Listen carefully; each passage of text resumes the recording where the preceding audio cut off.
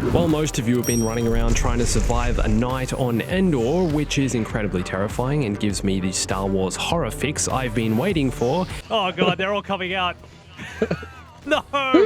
Oh my god. Something else has been happening in Battlefront 2 you might not know about. Along with the Ewok Hunt update, Co-op, the new 4-player PvE game mode, received a significant update you're going to want to check out. Co-op now features both attacking and defending scenarios, so let's say you're playing on Geonosis, you can attack with the clones and push up to take the final command post, or in the other scenario, you're defending with the droids and try and hold off the clones at each command post until time runs out. Within this game mode, there are now 10 unique gameplay experiences here in the map rotation, which swaps between attacking on one map, then defending on the next. And in the menu, they've added the option to play as either the light or dark side as part of matchmaking, so you can choose your side, and if you don't want to play as either the attacking or defending team on a certain map, you can cancel your search and try again. Love this feature. Love that I don't have to spend as much time searching for the game I want.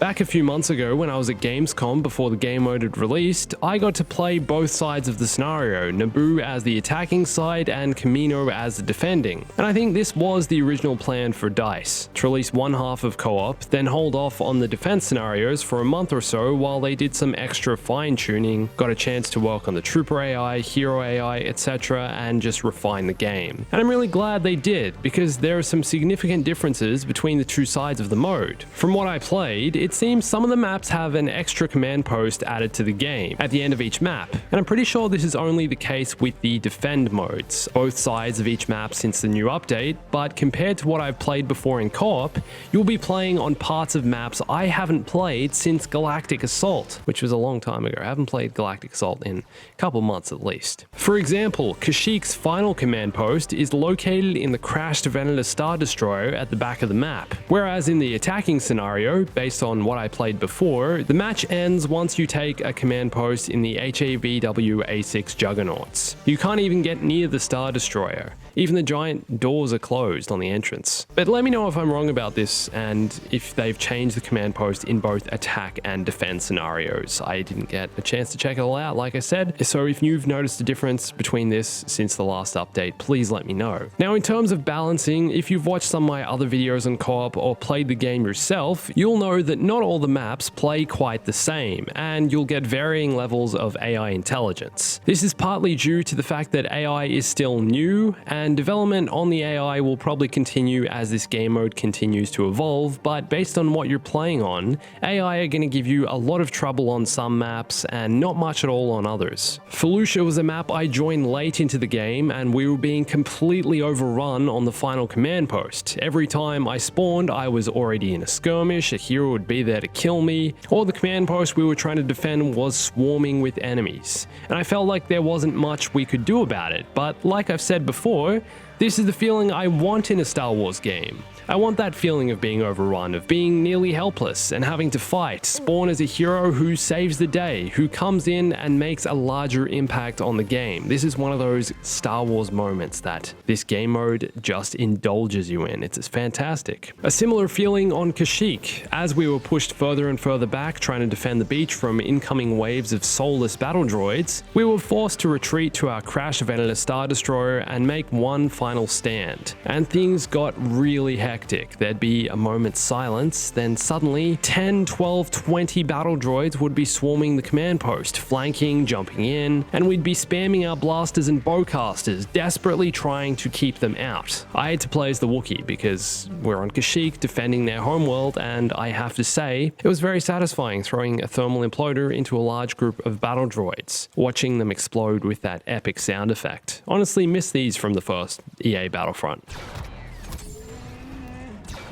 Which reminds me, while I'm talking about it, soon I want to host a few private games in the 2015 Battlefront where you guys can come and play with us and we can have a bit of a nostalgia session and then do some Battlefront 2 as well. If you want to know when that's happening, I'd recommend you go join my Discord. There's a link to that below. I'll post some stuff on there, and also search for my PlayStation community. I just made a community this week and you can look it up. It's Bombastic PS. the official Bombastic PlayStation community, and I want to start hosting some more events, so check that out. Anyway, but back onto map balancing. Geonosis was a confusing one. The match started great, we were slowly being overrun, then when we got pushed back to the first command posts on the open field, the clones just kind of stopped coming. We were shooting from distance and killing an occasional few, but I don't think we were doing enough to stop them from attacking our command posts. They were doing that themselves. I could see swarms of them up on the hill, but I'm wondering if maybe they weren't advancing because of the minimal cover on the open field before you reach the command posts. Maybe that's part of their programmed AI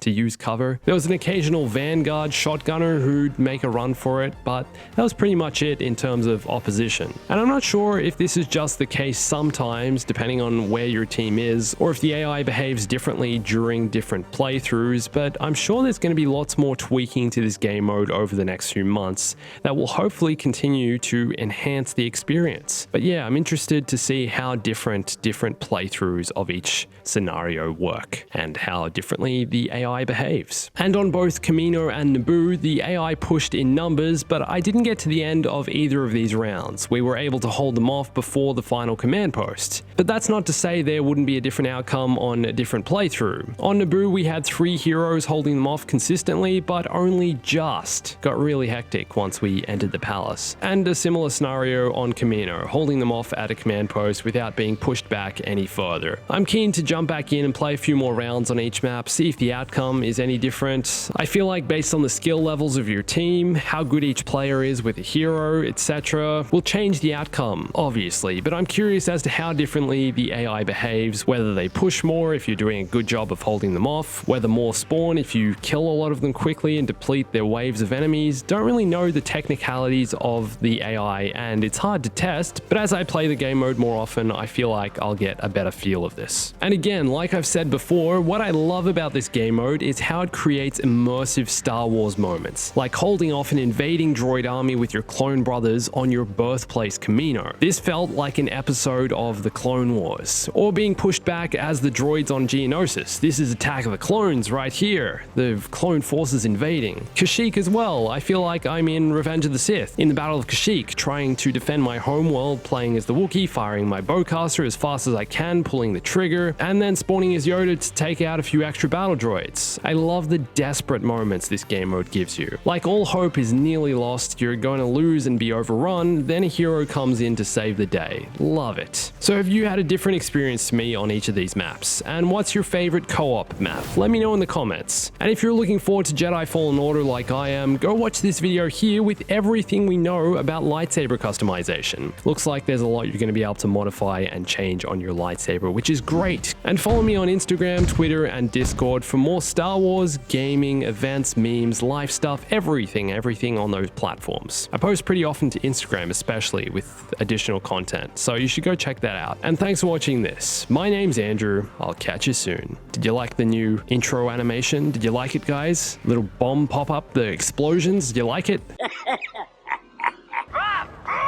Stay bombastic.